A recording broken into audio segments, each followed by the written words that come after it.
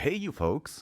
ST is here with you, and of course, Oscar Guardian as well. Once again, we've got a ton of shows, but we're not complaining because today it's Saturday Night Main Event, coming to you straight from Canada with a lot planned for tonight. So, brew yourself some coffee early in the morning, make sure to give us a like for putting together this review so early, and let's get started. Let's go! First up was something we've actually been looking forward to more than almost anything else. We were expecting a match between Cody Rhodes and Jacob Fatu.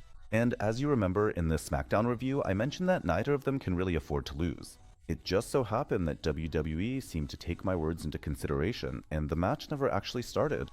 Even before the bell rang, an attack and a brawl broke out, during which both the referee and the security guards, who were doing everything they could to stop the out-of-control wrestlers, got caught in the crossfire. Now we can finally conclude that at the biggest show of the year, we're in for a triple threat match for the WWE Championship. And Drew McIntyre's opponent at the Royal Rumble won't be a problem, but will only further solidify his status as champion. It was actually pretty amusing to watch what was happening, because essentially this segment lasted longer than some matches. I'm not particularly fond of these kinds of brawls among the audience because basically it's just an exchange of punches and there aren't many spectacular spots. So there weren't many highlights, and I think we can move on to the ending. At one point, Drew McIntyre got involved. He attacked Jacob Fatu first, then delivered a powerbomb to Cody Rhodes, and the satisfied champion easily left the scene of the crime.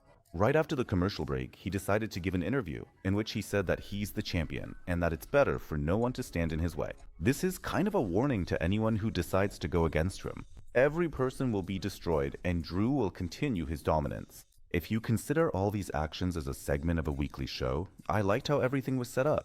We move straight on to the second match where the women's tag team titles are on the line. Io Sky and Rhea Ripley versus Liv Morgan and Roxanne Perez. For some reason, this match was the least anticipated for me, but we know that the women involved here are very experienced, and they managed to get me so invested in what was happening that I even stopped making highlights and just decided to watch. Yes, there were some noticeable botches, but let's be honest, in the grand scheme of things, it wasn't a big problem. Again, we're used to Saturday Night Main Event usually featuring short matches, but here they completely turn things around. I strongly recommend everyone watch this match in its entirety, and thank God we have a Telegram channel where we post all wrestling shows from around the world, which you can find via the link in the description. Basically, as soon as I realized they weren't going to end things just like that, the women started pulling off incredible near falls that made your heart stop beating. Well, okay, maybe not quite that much, but it was still really tense.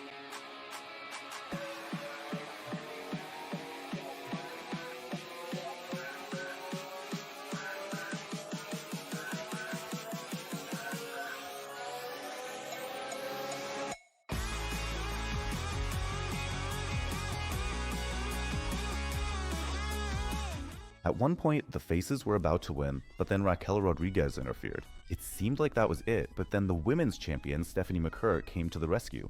She easily dealt with the troublemaker, which allowed Io Sky and Rhea Ripley to pull themselves together and finally win the match, successfully defending their women's tag team championship titles. From the moment this match was announced, I knew that Morgan wouldn't win, because she's set for a big match at Mania against Stephanie McIntyre for the women's title. And again, it's obvious that she should win the Royal Rumble next Saturday. So far, everything is going as I expected, but in any case, it's always better to see everything with your own eyes in the end.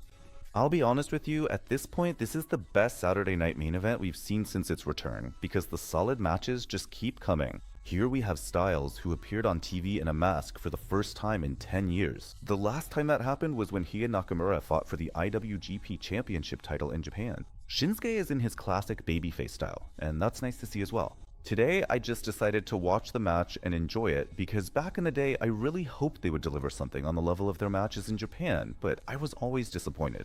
And since I wasn't expecting anything this time, I was satisfied with what I got. Just a match for the fans' enjoyment, and for the wrestlers themselves too. It's clear they enjoy performing with each other, and they're willing to keep doing it regularly. Both of their careers are already nearing the end, so watching this match as a bit of nostalgia is just right.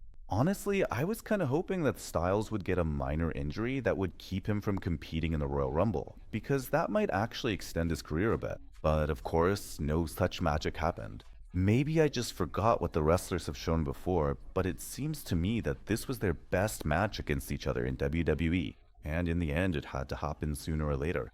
I honestly didn't expect the wrestlers to spend so much time in the ring, and that's definitely a good thing. True professionals who gave it their all. And of course, in the end, everything happened just as it should have. AJ Styles delivered a phenomenal forearm and then immediately followed up with a Styles Clash. An excellent match that shows us Styles is 100% ready for his bout against Gunther at the Royal Rumble.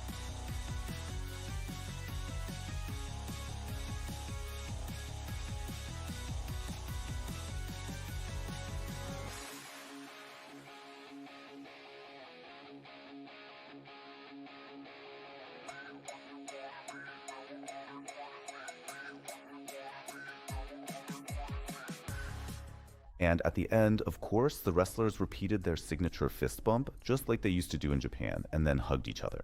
How could they not? Magnificent. Absolutely cinematic. What else is there to say? Well, we've quickly made it to the main event of this show, where the opportunity to compete for the WWE Championship at the Royal Rumble in a match against Drew McIntyre is on the line. Today's participants were Trick Williams, Damian Priest, Randy Orton, and of course, Sami Zayn. Yes, of course the crown favorite was included, and as I said in the SmackDown review, he has to win. Initially, there were plans for him to go to the biggest show of the year to compete for the main championship, but then everything changed. So I think what's happening now is a small bonus for him. By the way, maybe it's not all like that, and it's better to wait until the end of the match. As for the match itself, it's just pure cheating, and you can't help but enjoy it.